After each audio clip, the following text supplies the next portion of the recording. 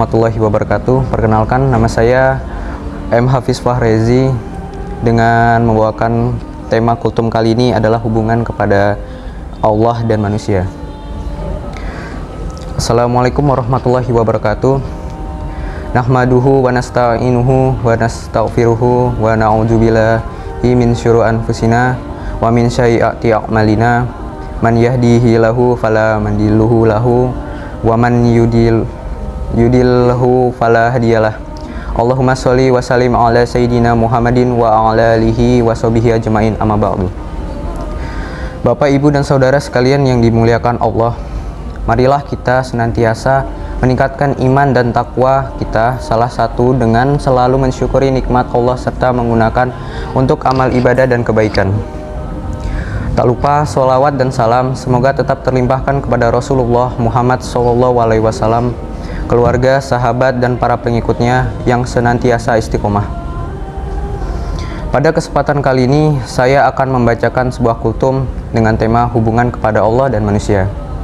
Ada banyak tuntutan yang harus dilaksanakan oleh setiap muslim dalam kehidupan dunia ini.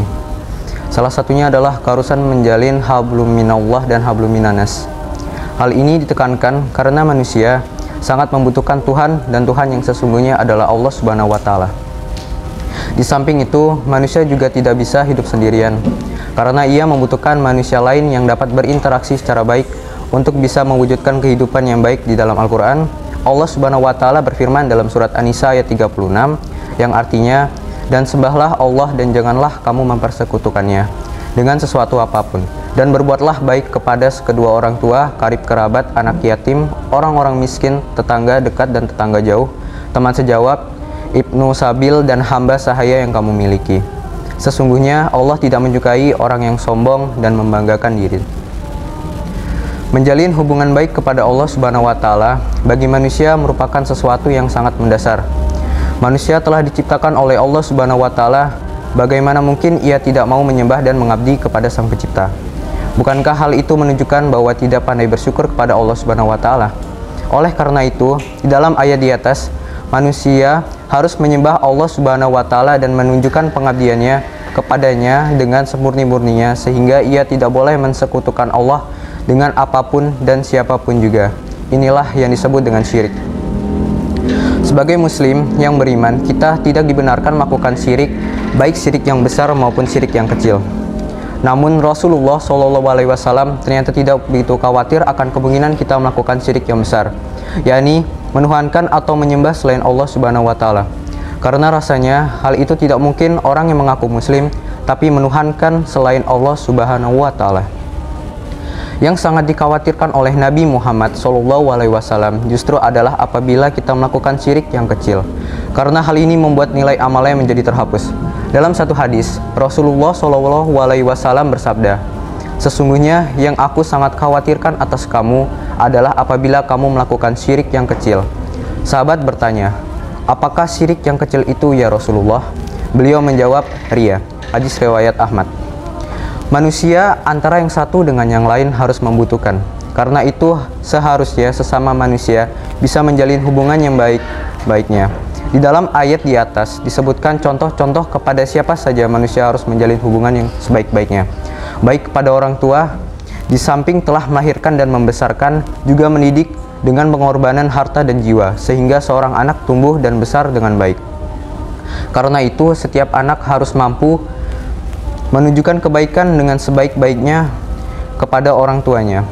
Ini karena sebaik apapun perbuatan kepada orang tua, tetap saja hal itu tidak akan mampu membalas jasa dan kebaikan orang tua. Kedua, berlaku baik kepada kerabat. Kerabat, keluarga, maupun hubungan dari pihak suami atau istri, dari bapak atau ibu merupakan orang yang sangat kita butuhkan dalam kehidupan ini.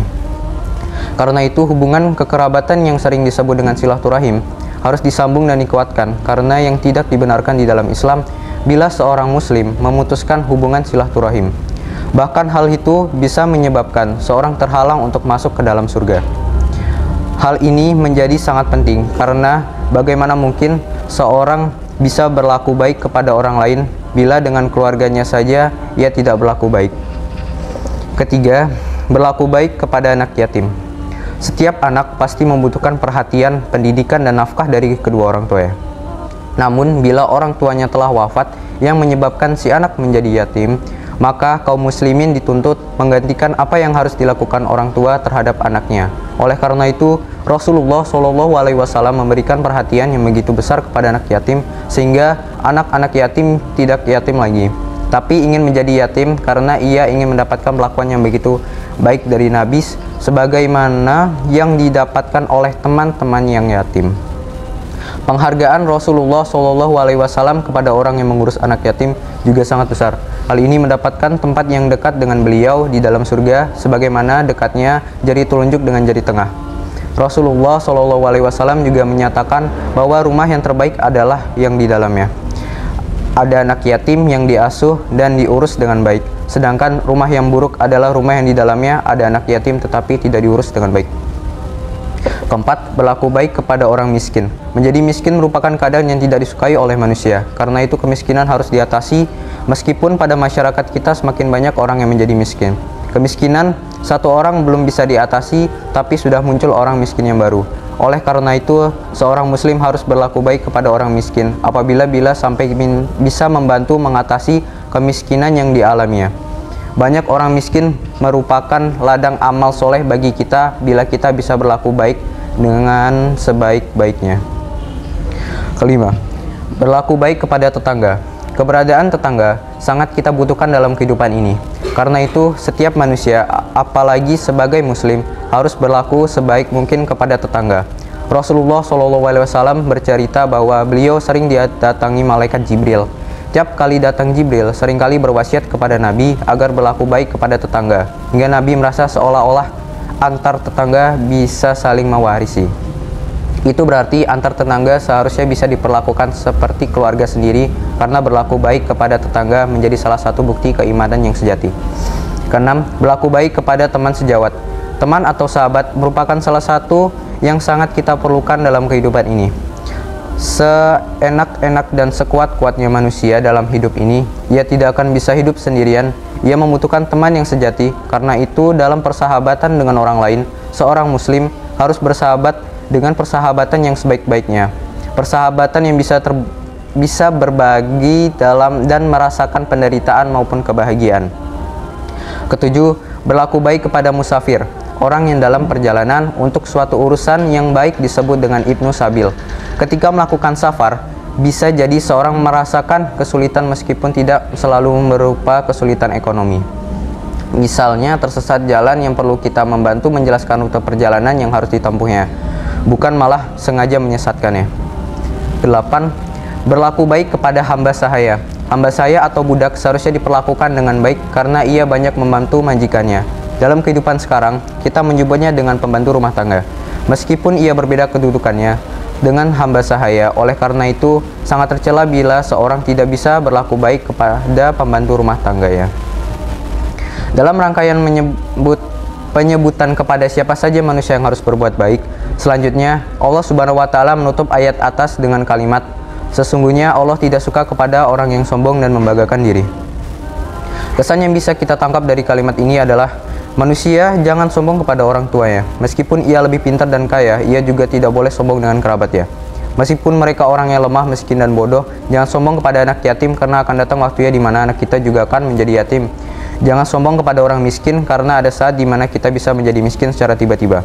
Jangan sombong kepada tetangga karena mereka lah ya orang yang pertama memberikan pertolongan atau kita meminta pertolongan saat sedang kesulitan. Jangan sombong kepada teman karena kita sangat membutuhkannya. Jangan sombong kepada musafir karena ada saat dimana kita pun menjadi musafir. Dan jangan sombong kepada pembantu rumah tangga karena mereka lah yang memberikan bantuan yang besar kepada kita meskipun tidak memberikan upah yang setara. Dengan demikian, menjadi jelas bahwa manusia antara satu dengan yang lainnya harus membutuhkan, karena harus dijalin hubungan yang baik dengan sesamanya. Tetapi semua itu harus dilandasi pada hubungan yang baik kepada Allah Subhanahu wa Ta'ala, sehingga kita harus menjalin hubungan baik kepada Allah lalu dibuktikan dengan menjalin hubungan baik dengan sesama manusia. Sedangkan hubungan yang baik dengan sesama manusia harus didasari atas hubungan baik kepada Allah Subhanahu wa Ta'ala. Bila ini bisa kita wujudkan, maka kebahagiaan dan kedamaian hidup manusia bisa diperoleh. Demikian kiranya yang bisa saya sampaikan. Kurang lebihnya saya mohon maaf. Bila ada salah kata yang terucap dan atas perhatiannya saya ucapkan terima kasih yang sebesar-besarnya. Akhir kata saya ucapkan wassalamualaikum warahmatullahi wabarakatuh.